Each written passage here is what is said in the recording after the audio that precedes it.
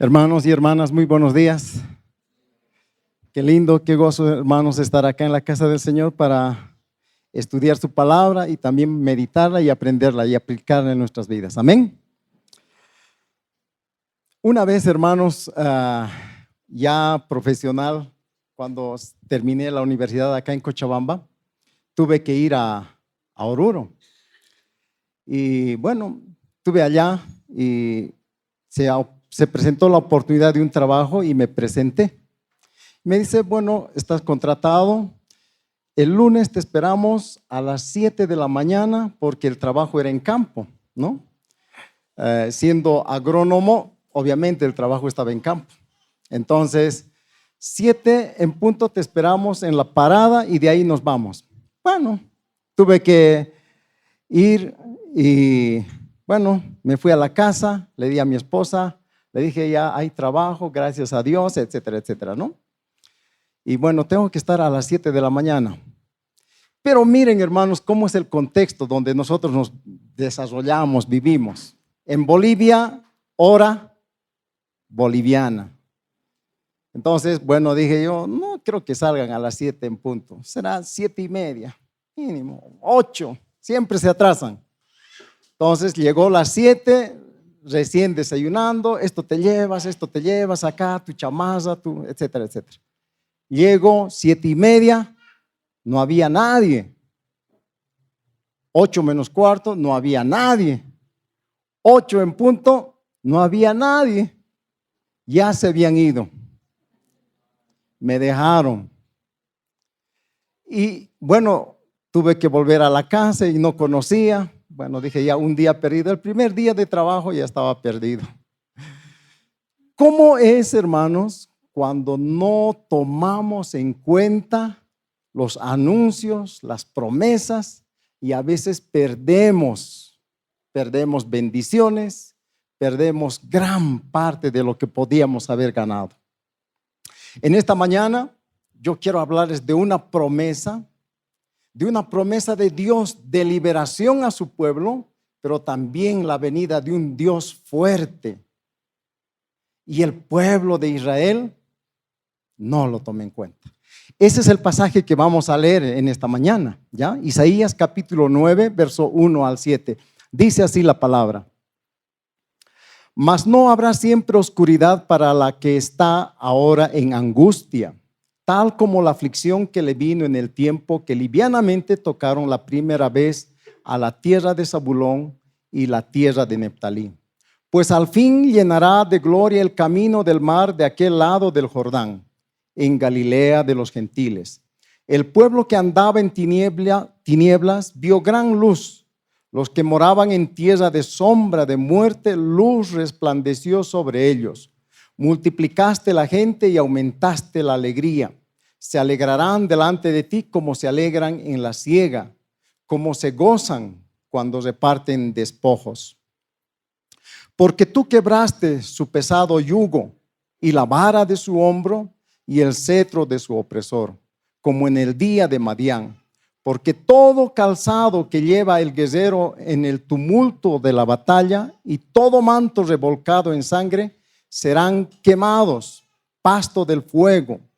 Porque un niño nos es nacido, hijo nos es dado, y el principado sobre su hombro, y se llamará su nombre admirable consejero, Dios fuerte, Padre eterno, príncipe de paz. Lo dilatado de su imperio y la paz no tendrá límite sobre el trono de David y sobre su reino, disponiéndolo y confirmándolo en juicio y en justicia desde ahora y para siempre. El celo de Jehová de los ejércitos hará esto. Qué linda promesa, hermanos, de Dios a su pueblo. Miren el contexto en el cual Isaías había anunciado esta profecía. Vamos, ese es el título de esta mañana, como les mencionaba, ¿no? Una promesa en medio de la oscuridad. En esta gráfica quiero reflejarles cómo el Israel se había dividido en dos, y hacia el norte, hacia arriba, está el Israel con su capital Samaria, las 10 tribus, ¿ya? Y hacia abajo Judá o el Israel del sur con su capital Jerusalén. Las 10 tribus del norte fueron llevados cautivos en el año 722 bajo el imperio asirio. Y el pueblo de Judá todavía se mantenía unos años más porque todavía tenía la misericordia y la protección de Dios. Ese es el contexto. Y en este contexto, hermanos, ambos pueblos estaban alejados del camino de Dios. Era, hermanos, como en los tiempos de los jueces, ¿no? Había acercamiento a Dios, pecaban, eran castigados, nuevamente volvían. Pero en este caso, en el tiempo de los reyes, el pueblo, hermanos, vivía alejado. Profetas como Isaías, Jeremías, Oseas, Amós habían hablado, advertido al pueblo de que no pueden vivir así, tienen que volverse a Dios. Pero ellos se alejaron mucho más de Dios. Por eso fueron llevados cautivos las tribus del norte. Israel estaba bajo el imperio de Asiria. Y había tanto dolor en ese entonces, había sufrimiento. Y ese era el contexto. Alejados de Dios, en pecado y con muchas consecuencias. Pero es más, el pueblo de Israel o el pueblo de Judá, hermanos, como había el surgimiento de imperios grandes, temían que en cualquier momento ellos iban a ser presas de estos soldados, de estos ejércitos. Y uno se pone a pensar, cuando uno está en guerra, qué situación más crítica, hermanos, para aquellos que son indefensos. Escuchaba las noticias y uno escucha y dice, cuando las mujeres están en esta situación son las peores que llevan las consecuencias. Había un tiempo de tregua entre Israel y Palestina, pero se inició nuevamente porque habían descubierto que muchas mujeres del pueblo de Israel, los palestinos habían abusado. Y hermanos, tremendas noticias que por respeto no lo puedo mencionar, pero que uno se queda asombrado. Y eso es lo que en ese entonces el pueblo de Israel sufría. Había temor porque cualquier momento este imperio también podía invadir al pueblo de Israel. Ese es el contexto. ¿Y qué tenía Israel? Vamos a ver en el pasaje, en el primer punto que quiero llevarles en esta mañana. Esa promesa de Dios en la oscuridad era una promesa de libertad, una promesa que era para salvación de su pueblo. Pero lo que el pueblo sufría en ese momento era oscuridad. ¿Qué más? A ver, ayúdenme. Angustia, aflicción, estaba en tinieblas, había sombra de muerte. Eso era lo que Israel estaba pasando en ese tiempo donde no había una dirección de sus reyes. Sus reyes, toditos los del imperio, perdón, los de Israel del norte, 20 reyes que tuvo, los 20 eran alejados de Dios. Ninguno de los 20 era temeroso de Dios. En Judá, en las 2 tribus del sur, solamente 8 fueron reyes buenos, de agrado al corazón de Dios. Los 12 restantes realmente también eran malos. Ni Israel ni Judá estaba en el camino del Señor. Era la situación que Dios quería cambiar. Y por eso la promesa de Isaías dice, un niño nos es nacido, hijo nos es dado. Y llamará su nombre Dios fuerte. El anterior domingo o sábado en la noche, el hermano Víctor nos hablaba de el admirable consejero. Hoy quiero que enfaticemos nosotros en el Dios fuerte. Este tiempo de fin de año, de Navidad, hermanos, cuando el niño nace, para nosotros vamos a reflejarlo como el Dios fuerte. Amén. Esto es lo que quería cambiar.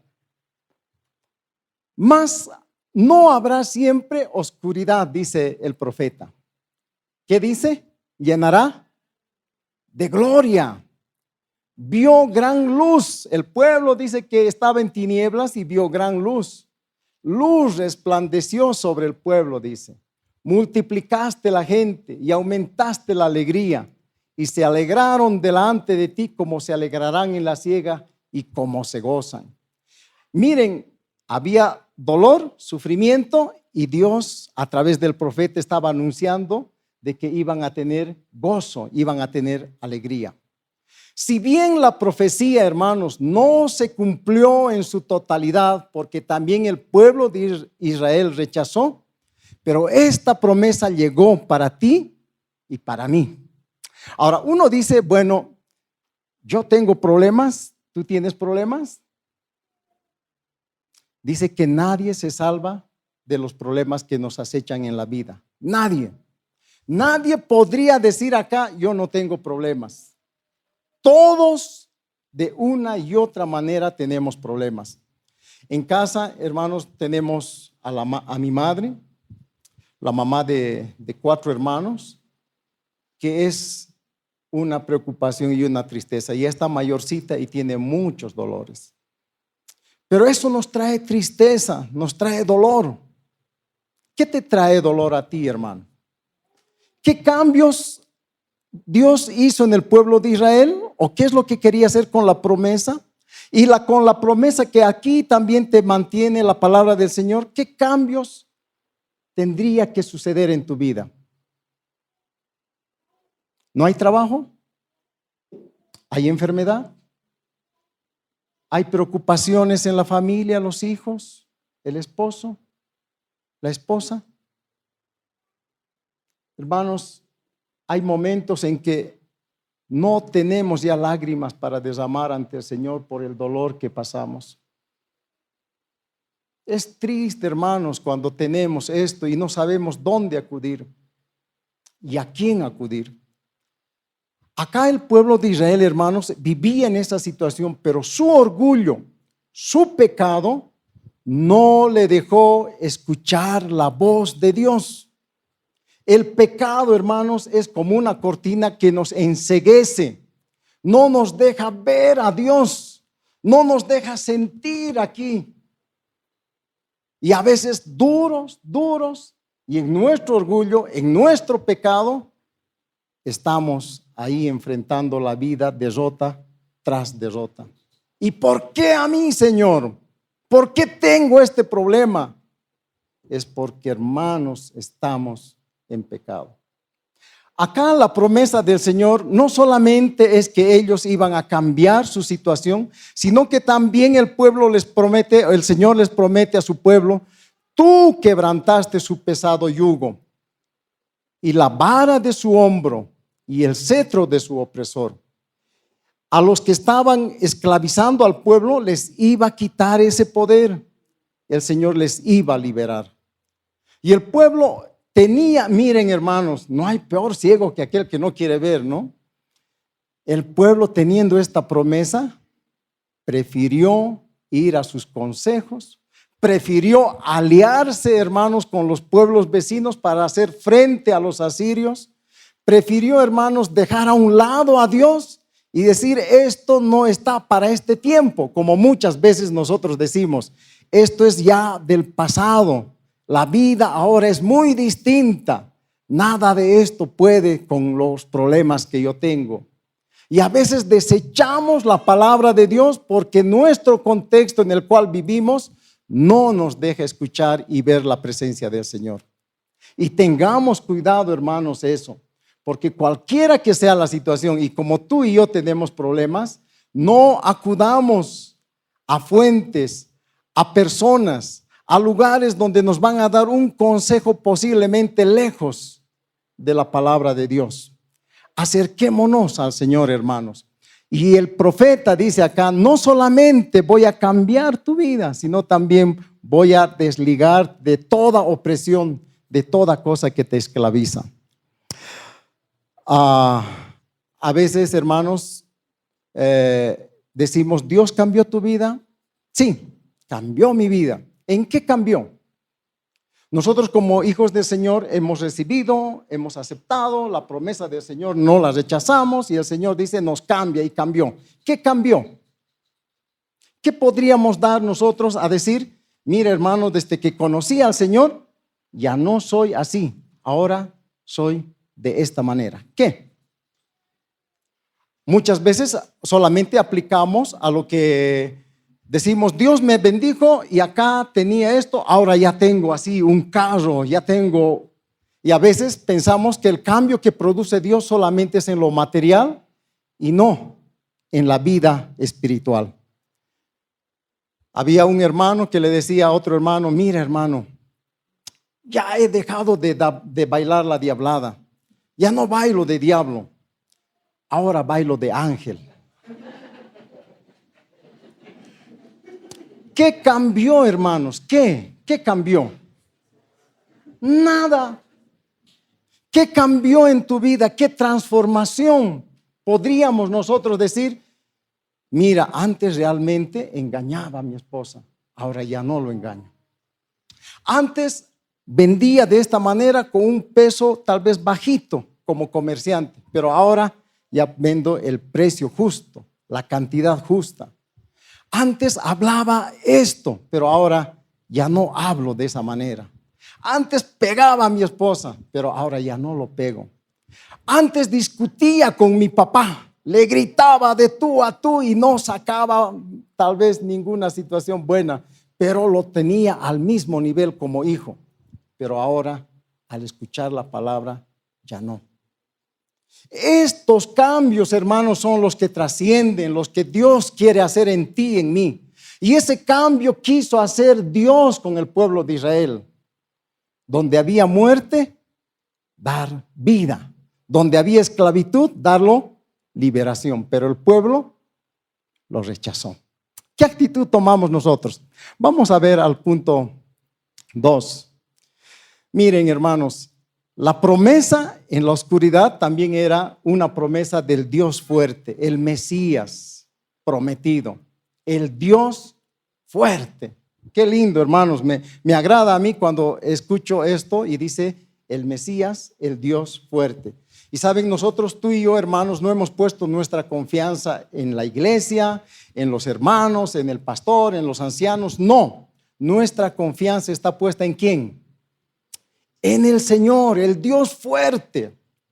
Ese Dios, ese niño que vino acá, hermanos, es el Dios fuerte, el Dios admirable, el Dios consejero, el Dios fuerte. A ese servimos. No es un Dios común y corriente, es el Dios fuerte, el que viene en mis necesidades, el que se preocupa por nuestras necesidades, es el Dios fuerte. ¿Por qué se hizo hombre? Él siendo fuerte, se hizo débil como un niño, frágil, y vino a nacer como un hombre, como nosotros, común y corriente, y a entendernos lo que nosotros sufrimos y pasamos, hermanos. Yo veo a Jesús llorando en la tumba de Lázaro, y hermanos, no era una simple lágrimas, como dicen, lágrimas de cocodrilo. No, hermanos, él lloró, él sufrió, porque conocía lo que también Marta, María sufrían. Conoce, hermanos, lo que tú y yo sufrimos. Posiblemente tú no ves lo que yo tengo, o yo no veo lo que tú tienes, pero el Señor me mira y el Señor te mira a ti lo que tú tienes. Y fácilmente podemos tapar con una sonrisa, pero lo que tenemos aquí adentro, hermanos, es a veces bien profundo, y el Señor lo conoce. El Señor, hermanos, lloró también frente a su pueblo, ¿no? Este pueblo no quedará piedra sobre piedra, etc. El Señor sintió lo que tú y yo sentimos. Él se apiada. En Hebreos, hermanos, 4:15 dice, no tenemos un sacerdote que no pueda compadecerse de nuestras debilidades. Él siendo niño, hermanos, los 33 años conoció cómo es ser niño, cómo es ser adolescente, cómo es ser joven, cómo es ser adulto. Y en los 33 años, hermanos, él vivió una vida de santidad, sin pecado. Y por eso él se hizo hombre, para que como hombre sea también la ofrenda perfecta en sacrificio por ti y por mí.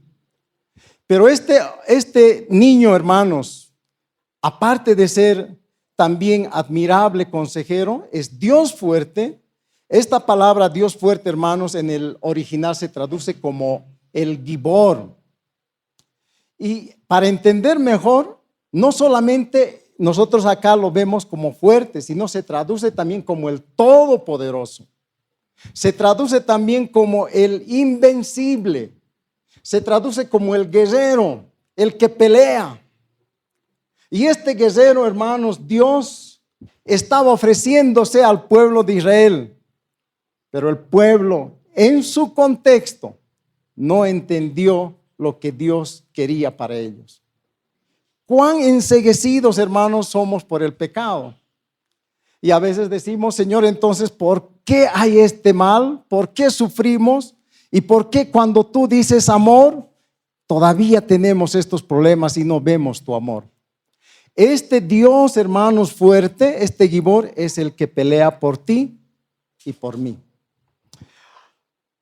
Algunas veces, hermanos, tenemos que dar gracias a los problemas que nos pasan en la vida. ¿Por qué? Porque en ese problema, nosotros, hermanos, doblamos rodillas. Cuando pisamos fondo del problema, recién nos acordamos de Dios. Recién acudimos a Dios. Recién, hermanos, buscamos a Dios. Recién clamamos a Dios. Y a veces Dios tiene que permitir esta situación para que nosotros volvamos a los caminos de Dios. Y entonces, hermanos, uno dice, gracias a este problema, yo también estoy ahora en comunión con Dios. Dios tiene planes y propósitos. Los sufrimientos, los problemas que a veces tenemos, hermanos, así como Israel, hermanos, muchas veces nos hacen fuertes. Porque como Pablo decía, ¿no? En la debilidad soy fuerte en el Señor, en esa fortaleza, en ese todopoderoso, no en mis fuerzas, sino en la fortaleza del Señor. Miren lo que dice Éxodo capítulo 14, versículo 13 y 14. Dice, y Moisés dijo al pueblo, no temáis, estad firmes y ved la salvación que Jehová hará hoy con vosotros. Porque los egipcios que hoy habéis visto, nunca más para siempre los veréis. Jehová peleará por vosotros y estaréis tranquilos. El pueblo de Israel vio a este Dios fuerte, a este Gibor. Dice que ellos cuando salieron de la tierra de Egipto, acamparon a orillas del Mar Rojo y estaba detrás de ellos el faraón con sus soldados. Se habían arrepentido de haber dado lugar para que el pueblo de Israel vaya a adorar al desierto. Entonces dijeron, nos han mentido, vamos a ir y vamos a matarlos. Y van tras los israelitas. Y estaban frente a la orilla del Mar Rojo y no tenían escapatoria, dice. Era un lugar muy, muy vulnerable. Vienen los egipcios y hermanos, ¿qué hace Dios? El pueblo de Israel no hizo nada. Miren, dice, no temáis, no hagan nada. Dios, Jehová peleará por ustedes. Jehová el Gibor peleará por ti, por mí. Y ellos dejan a Moisés y Moisés, hermanos, sabemos la historia, se abre el mar, los israelitas cruzan, vienen por su detrás los egipcios y hermanos, tras que cruzan el mar, Dios inunda a los egipcios y mueren. Nunca más verás a estos tus enemigos que te ofrecen, que te esclavizan. Miren, esta promesa de que el Señor pelea por ti es porque realmente también lo hizo en el pueblo de Israel. La promesa, hermanos, de Isaías 9:6, en una parte se cumple. El pueblo de Israel no lo aceptó. Pero esta promesa, hermanos, se cumple en la segunda venida, cuando el Señor venga en su reino. Y ahí el pueblo de Israel tendrá todo esto, dice que hay vida, hay gozo, alegría, hay luz, etcétera, etcétera. Pero en esta época, cuando más necesitaba, Israel los rechazó. Con esto quiero llegar a las siguientes aplicaciones. Primero, ¿cómo respondemos a esta profecía? ¿Cómo respondes a esta profecía, a esta promesa de Dios? Este niño nació y es Dios fuerte para ti. Israel lo rechazó. ¿Por qué lo rechazó? Por su pecado. El pecado impide ver la luz, impide escuchar la promesa divina. Humanamente no podemos liberarnos del pecado, necesitamos del poder de Dios. Que el pecado no sea el motivo para rechazar a Dios. No somos, hermanos, un pueblo fuerte, somos débiles. Si Dios se fijó en ti y Dios se fijó en mí, es por esta fragilidad que Él quiere hacernos fuertes. Amén. No es por nuestras cualidades y méritos, es porque Él vio en nosotros que a ti y a mí nos falta mucho y Él quiere darnos el poder. Pero muchas veces esto no lo permitimos nosotros y estamos a veces de problema en problema, es porque nuestro pecado nos impide ver a Jesús, nos impide escuchar la promesa de salvación, de perdón. Y este Dios fuerte, hermanos, que viene con amor, con misericordia, no viene para imponer, no viene para pisotear, hermanos, para ser tirano, sino viene por amor. Hermanos, muchas veces lo hemos rechazado. Entonces, que el pecado, hermanos, no sea el motivo para rechazar a Dios. El pecado, hermanos, tiene que limpiarse de nuestras vidas. Es la segunda aplicación. Fue inevitable que Israel se enfrentara con estos grandes imperios.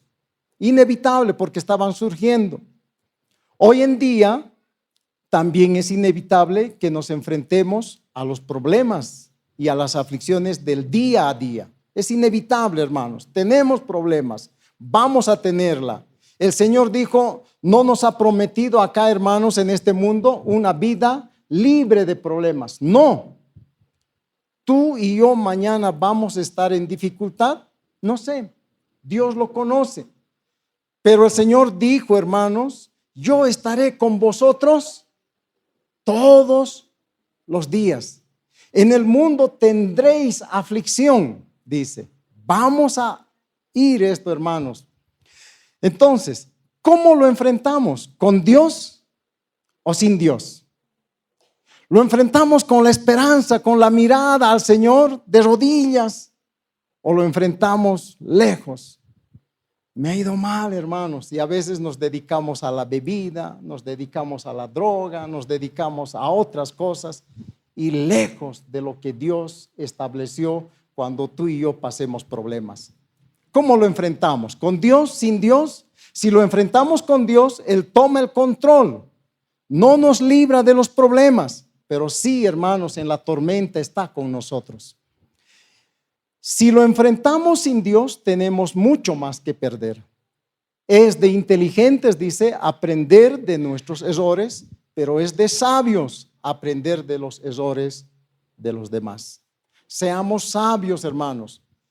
Israel tuvo sus consecuencias, fue llevado cautivo y hasta ahora Israel, hermanos, está fuera del mapa. En el año 1948, Judá viene a ser nuevamente el Israel. Pero miren cuántos años tuvo que pasar.